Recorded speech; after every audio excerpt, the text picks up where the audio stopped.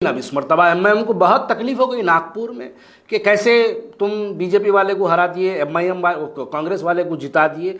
लिहाजा इस मरतबा नागपुर से एमआईएम ने अपने कैंडिडेट को डिक्लेयर कर दिया। औरंगाबाद से एक रैली निकली जो मुंबई तक गई। बीजेपी चाहती थी कि वो रैली वहां से निकले और हिंदुओं को इस बात का डर महसूस हो कि मुसलमान बड़ी ताकत में बाहर आ रहे हैं। रेड कारपेट वेलकम हुआ, टोल गेट्स फ्री छोड़ दिए गए, बॉम्बे की सड़कों का ट्रैफिक डाइवर्ट कर दिया गया और इस रैली का इस्तकबाल किया गया। क्या आपने कभी हैदराबाद के अंदर उस राजा सिंह के खिलाफ रैली निकाला? क्या राजा सिंह का घर, वो तो औरंगाबाद से मुंबई बहुत दूर है। अरे राजा सिंह का घर दारुसलाम से कितनी दूर है? ठहर के पेशाब करे तो पेशाब तक जाता उसके घर तक। अरे महाराष्ट्र वालों, ये क़यादत जब तुम्हारे पास आएगी तो इनसे सवाल करना, इनसे पूछना कि आप गोशा महल क्यों नहीं लड़ाते। गोशा महल में दारुसलाम आता है। जो गोशा महल के अंदर एमआईएम के 2 कॉरपोरेटर हैं। गोशा महल के अंदर 80,000 से ज्यादा मुसलमानों के वोट्स है। गोशा महल के अंदर वहां पर हजारों की तादाद में एमआईएम के इफ्तिदाई और वहां के एक मजबूत वर्कर्स गोशा महल के अंदर है। लेकिन इसके बावजूद भी गोशा महल नहीं लड़ाते हैं। तो नहीं लड़ाने का क्या मतलब? और गोशा महल का एमएलए कौन है? वो मलून टी राजा सिंह, वो गोशा महल का एमएलए है। पूरे हिंदुस्तान में आप फिर फिर के कहते हैं कि हम भारतीय जनता पार्टी को रोकने आए हैं, लेकिन भारतीय जनता पार्टी का एक ऐसा मलून, एक गुस्ताख रसूल जो बार बार हुजूर अकरम सल्लल्लाहु अलैहि वसल्लम की शान में गुस्ताखी करता है। मुबारक हो महाराष्ट्र वालों, तुम्हारे पास की जो आने वाली क़यादत है ये राजा सिंह को रोकने की कोशिश नहीं करते, लेकिन अबू आसिम आजमी के खिलाफ अपना कैंडिडेट डालते हैं। ये यहां पर राजा सिंह को रोकने का काम नहीं करते, लेकिन जितेंद्र अवध को मुमरा से हराने की बात करते हैं। अरे आप करनूल जाके एम.ए. गफ्फार को हराने के लिए कैंडिडेट डालते। आपको तेलंगाना के अंदर अजहरुद्दीन पसंद नहीं आता, आपको तेलंगाना के अंदर आमिर शकील पसंद नहीं आता, आपको तेलंगाना के अंदर फेरोज खान पसंद नहीं आता, आपको तेलंगाना के अंदर फरद खान पसंद नहीं आता, आपको तेलंगाना के अंदर शेख अकबर पसंद नहीं आता। अरे ये मुसलमाना है जो मुसलमानों की लीडरशिप को खत्म करने का काम आप करते हैं। मुसलमानों, सबसे पहले इस मुगालते से बाहर आ जाओ कि तुम्हारी लड़ाई सिर्फ मुसलमान लड़ रहे हैं। इस मुगालते से बाहर आना हम मुसलमानों की जरूरत है। आप जानते हैं एहसान जाफरी का मुकदमा लड़ने वाला कोई मुसलमान एडवोकेट नहीं था। एक 7 साल की बच्ची का रेप और मर्डर हुआ, उसका मुकदमा लड़ने वाला कोई मुस्लिम बैरिस्टर वकील नहीं था। पहली मर्तबा रात के 2 बजे सुप्रीम कोर्ट खुलाकर याकूब मेमन की आखिरी अर्जी डालने वाला कोई मुसलमान नहीं था। हमको अपने हिंदू भाइयों का साथ लेके उनके साथ मिलकर उनको जिताने के लिए भी काम करना पड़ेगा, साथ ही साथ अबू आसिम को जिताने के लिए काम करना पड़ेगा, तो जितेंद्र अवध को भी जिताने के लिए काम करना पड़ेगा, छोलापुर से रोटे को भी जिताने का काम करना पड़ेगा, औरंगाबाद से भी जिताने का काम करना पड़ेगा। जहां तेलंगाना, जहां मजबूत किला है वहां नहीं लड़ते, बिहार जाके वहां पर 50 सीटें लड़ते, उत्तर प्रदेश जाके वहां पर 100 सीटें लड़ेंगे, लेकिन तेलंगाना में ये हिमाकत नहीं करेंगे। ये सब महाराष्ट्र में एमआईएम ने अपने 16 उम्मीदवारों का नॉमिनेशन डिक्लेयर हुआ है। नॉमिनेशंस वो लोग डाल चुके हैं, कैंडिडेट्स की लिस्ट आ चुकी है। अब मैं महाराष्ट्र के मुतालिक मैं नहीं समझता कि एक वीडियो में बोला जा सकता है। महाराष्ट्र को बोलने के लिए एक तवील गुफ्तगू की ज़रूरत है।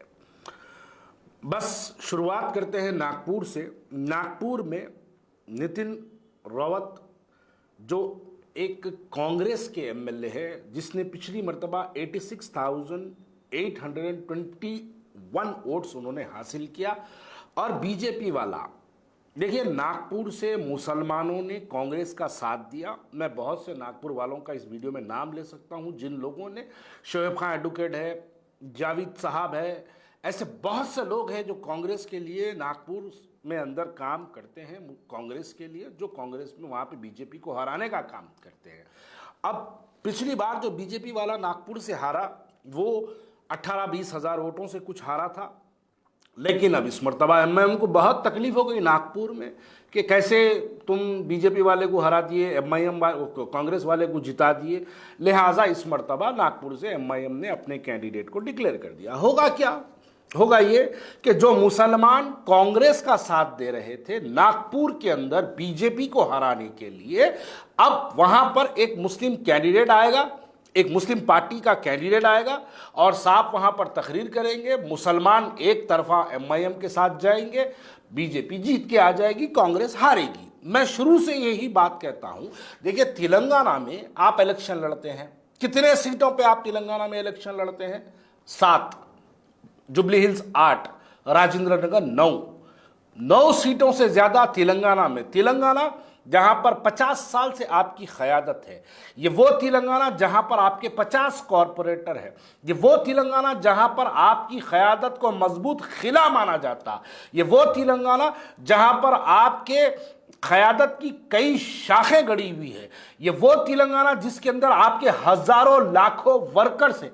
यहां पर आप इलेक्शन नहीं लड़ते, लेकिन महाराष्ट्र जाके आप वहां पर पिछली बार 24, इस मर्तबा 16, ये बात समझ में नहीं आती। और नागपुर के अंदर अब होगा क्या? इलेक्शन होगा।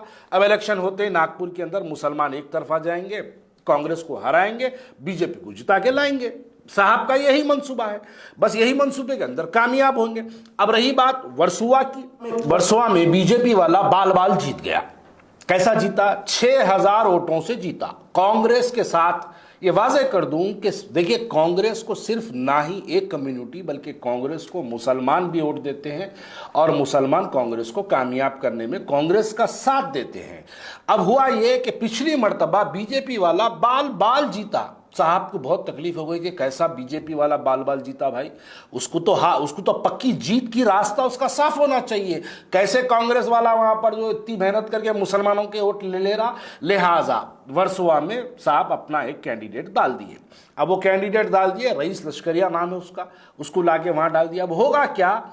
देखिए, जो कांग्रेस वाला बीजेपी को हराने की जो टक्कर दे रहा था, जो कोशिश कर रहा था, अब आपके रईस लश्करिया साहब करेंगे ये कि वहां पर इलेक्शन लड़ेंगे।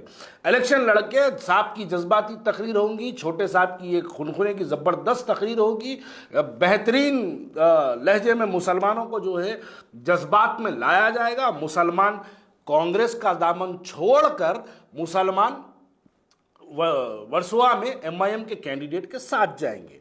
तो उससे होगा ये कि बीजेपी को जो जीतने का रास्ता है वो साफ होगा। अब मैं तीसरी बात करूंगा शोलापुर की। शोलापुर के मुतालिक अगर देखा जाए तो शोलापुर के अंदर मुसलमानों की तादाद 1 लाख है। मुसलमान, शोलापुर सेंट्रल की बात कर रहा हूं, शोलापुर सेंट्रल में मुसलमानों की तादाद 1 लाख है। वहां पर ये चौथा इलेक्शन होगा जो मजलिस इत्तेहादुल मुस्लिमीन वहां पर इलेक्शन लड़ेगी। जब भी वहां पर कांग्रेस के साथ लड़ाई होती, मोहतरमा परिणीति शिंदे ताई जिसको कहते हैं, ताई वहां से इलेक्शन जीती थी। इस मरतबा ताई लोकसभा को चले गई है, यानी एमपी जीत गई है, तो लिहाजा वो सीट खाली हुई है, वहां पर किसी और को टिकट दिया गया है। अब होगा क्या? अब लड़ाई होगी, मुसलमानों के वोट को खींचने की कोशिश एमआईएम शोलापुर सेंट्रल में करेगी, जिससे मुसलमानों के वोट शोलापुर में एमआईएम के खाते में कुछ वोट आएंगे, तो बीजेपी वाला वहां से जीतेगा, कांग्रेस वाला वहां से हारेगा। ये एमआईएम तो 3 बार हारी, ये चौथी बार भी हारेगी, लेकिन बीजेपी को जिताने का जो काम है वो शोलापुर में किया जाएगा। ऐसे कई कॉन्स्टिट्यूंसीज है, 16 जो इस मर्तबा मजलिस इत्तेहादुल मुस्लिमीन ने 16 उम्मीदवारों को डाला। अब वहां पर अगर देखूं तो ऐसे कई कॉन्स्टिट्यूंसीज है जिसके अंदर मुसलमानों की तादाद 80,000 से कम है। अब मेरा यही सवाल है कि आपकी क़यादत, कौन सी क़यादत? ये तेलंगाना के अंदर, आप जब तेलंगाना में आते हैं तो तेलंगाना जहां पर 50 साल से आपका एमपी है, जहां 50 साल से आपके एमएलए है, जहां पे 50 से ज्यादा आपके कॉरपोरेटर है, जो तेलंगाना के अंदर आप कई मर्तबा अपना मेयर कायम करे, यहां पर आप 8 और 9 सीटों से बढ़ के नहीं लड़ाते, लेकिन जब आप महाराष्ट्र 2019 में लड़ते हैं तो आप 24 सीटें लड़ते हैं, और इस मर्तबा तेलंगाना, इस मर्तबा महाराष्ट्र के अंदर आप 16 सीटें लड़ते हैं। तो बताइए इसका क्या मतलब निकाला जाए? अरे जहां तेलंगाना, जहां मजबूत किला है वहां नहीं लड़ते, बिहार जाके वहां पर 50 सीटें लड़ते, उत्तर प्रदेश जाके वहां पर 100 सीटें लड़ेंगे, लेकिन तेलंगाना में ये हिमाकत नहीं करेंगे। ये सब छोड़ दीजिए, ऐसे कई सीट्स है जहां पर गोशा महल से ज्यादा, देखिए, गोशा महल में 80,000 मुसलमान हैं। अरे महाराष्ट्र वालों, ये क़यादत जब तुम्हारे पास आएगी तो इनसे सवाल करना, इनसे पूछना कि आप गोशा महल क्यों नहीं लड़ाते।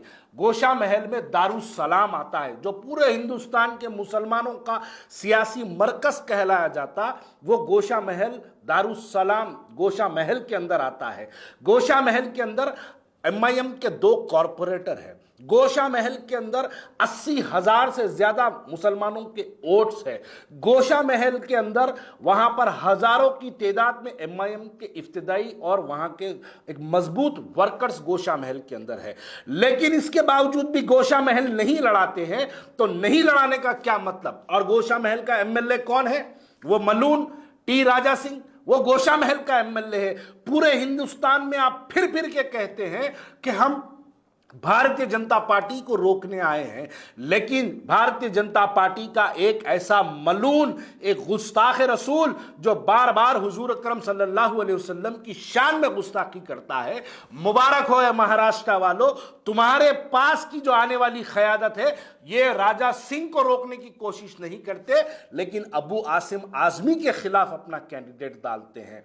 ये यहां पर राजा सिंह को रोकने का काम नहीं करते, लेकिन जितेंद्र अवध को मुमरा से हराने की बात करते हैं। अरे जितेंद्र अवध को मैं बदनसीब कहूंगा कि जितेंद्र अवध को हिंदू मुसलमान कहता है, मुसलमान हिंदू कहता है। बेचारा जितेंद्र अवध दिन और रात मुस्लिम कम्युनिटी के अंदर काम करता है, उसके खिलाफ लेके जाके आप अपना कैंडिडेट मुमरा से डाल देते हैं और कहते हैं कि यहां पर MIM को जिताने का काम करेंगे। मुसलमानों, जितेंद्र अवध का जब नाम आया है तो मैं कुछ बातें आप लोगों के सामने रखना चाहता हूं। मुसलमानों, सबसे पहले इस मुगालते से बाहर आ जाओ कि तुम्हारी लड़ाई सिर्फ मुसलमान लड़ रहे। इस मुगालते से बाहर आना हम मुसलमानों की जरूरत है। आप जानते हैं, एहसान जाफरी का मुकदमा लड़ने वाला कोई मुसलमान एडवोकेट नहीं था। क्या आप जानते हैं, एक 7 साल की हमारी बच्ची जो कश्मीर के कठुआ डिस्ट्रिक्ट में, जिसका नाम आसिफा था, एक 7 साल की बच्ची का रेप और मर्डर हुआ,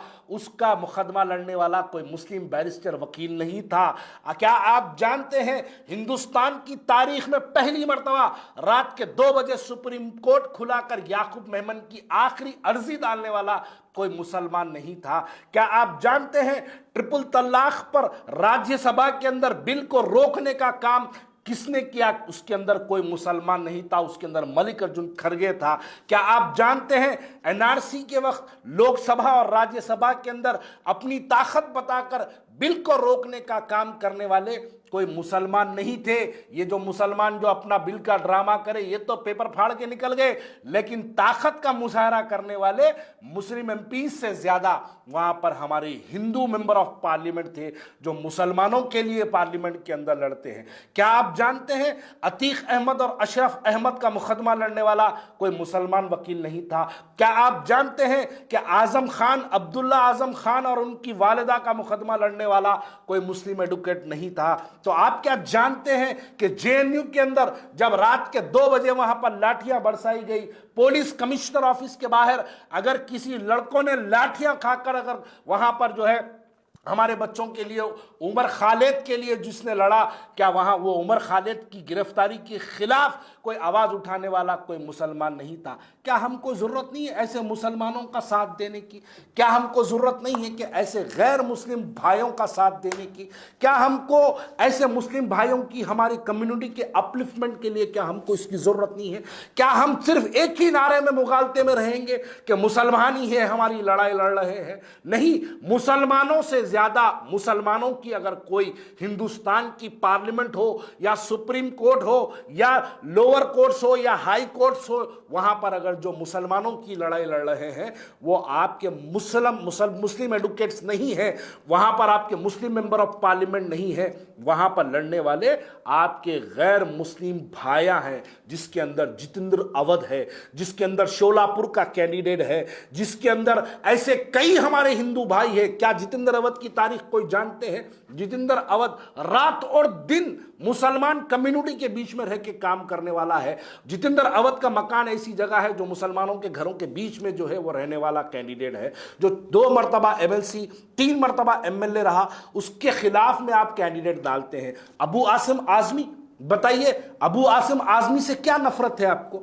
आप अबू आसिम आजमी को हराने के लिए कैंडिडेट डालते, आप करनूल जाके एम ए गफ्फार को हराने के लिए कैंडिडेट डालते, आपको तेलंगाना के अंदर अजहरुद्दीन पसंद नहीं आता, आपको तेलंगाना के अंदर आमिर शकील पसंद नहीं आता, आपको तेलंगाना के अंदर फेरोज खान पसंद नहीं आता, आपको तेलंगाना के अंदर फरद खान पसंद नहीं आता, आपको तेलंगाना के अंदर शेख अकबर पसंद नहीं आता। अरे ये मुसलमाना है जो मुसलमानों की लीडरशिप को खत्म करने का काम आप करते हैं। आप बिहार जाकर वहां पर मुजाहिद आलम को हराने के लिए कैंडिडेट डालते हैं, आप बिहार जाकर अहमद जावेद को हराने के लिए कैंडिडेट डालते हैं, आप कर्नाटक जाकर तनवीर अहमद को हराने के लिए कैंडिडेट डालते हैं, लेकिन आप राजा सिंह के खिलाफ अपना कैंडिडेट नहीं डालते।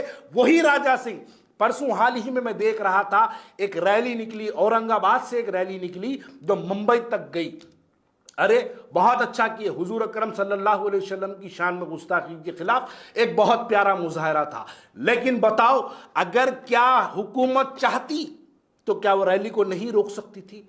अरे अगर हुकूमत चाह ले तो मैं कह दूं कि वो औरंगाबाद चौरस्ता क्रॉस नहीं कर सकते, लेकिन बीजेपी चाहती थी कि वो रैली वहां से निकले ताकि हिंदू मुसलमानों के अंदर एक तफरका पैदा हो और हिंदुओं को इस बात का डर महसूस हो कि मुसलमान बड़ी ताकत में बाहर आ रहे हैं। इसलिए बीजेपी में रेड कारपेट वेलकम हुआ, टोल गेट्स फ्री छोड़ दिए गए, बॉम्बे की सड़कों का ट्रैफिक डाइवर्ट कर दिया गया और इस रैली का इस्तकबाल किया गया।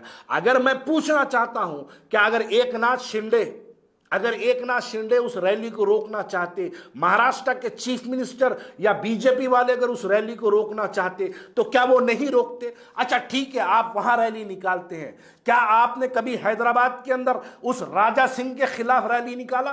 क्या राजा सिंह का घर, वो तो औरंगाबाद से मुंबई बहुत दूर है, अरे राजा सिंह का घर दारुसलाम से कितनी दूर है?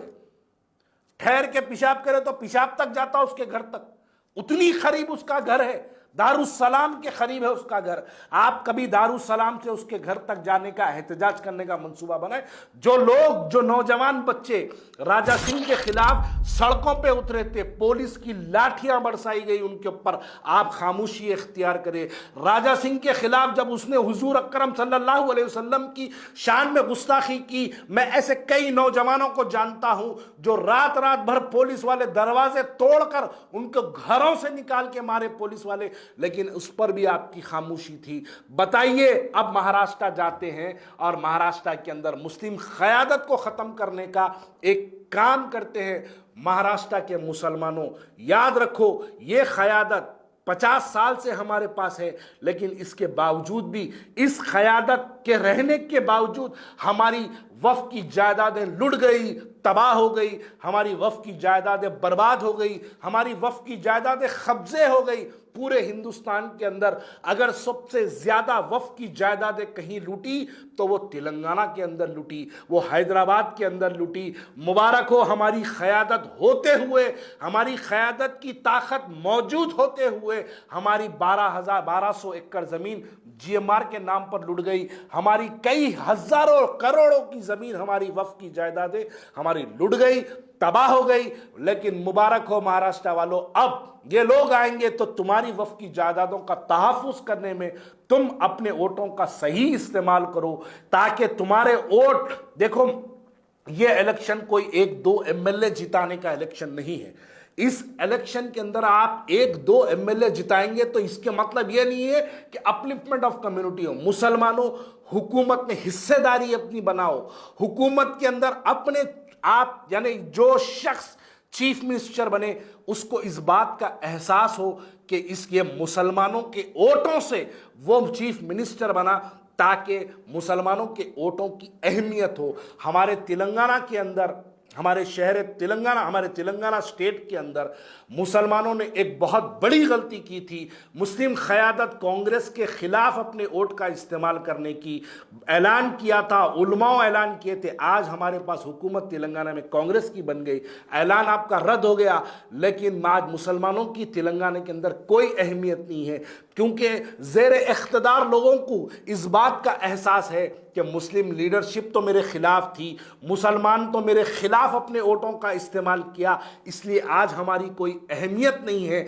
इसलिए आज हमारा कोई मिनिस्टर नहीं है, इसलिए आज हमारा कोई एमएलए नहीं है कांग्रेस पार्टी के अंदर। ये गलती महाराष्ट्र वालों तुम ना करो, तुम इस मुस्लिम क़यादत की बात में ना आओ, तुम अपनी तबाही ना करो, वरना याद रखो आने वाली नस्ल को हम जवाब देने के काबिल नहीं रहेंगे। अगर हम इस मुकालते में रहेंगे कि हमारी लड़ाई सिर्फ मुसलमान लड़ रहे हैं, तो ये हमारी ज़िंदगी की सबसे बड़ी गलती होगी। हमको अपने हिंदू भाइयों का साथ लेके उनके साथ मिलकर उनको जिताने के लिए भी काम करना पड़ेगा, साथ ही साथ अबू आसिम को जिताने के लिए काम करना पड़ेगा, तो जितेंद्र अवध को भी जिताने के लिए काम करना पड़ेगा, छोलापुर से रोटे को भी जिताने का काम करना पड़ेगा, औरंगाबाद से भी जिताने का काम करना पड़ेगा।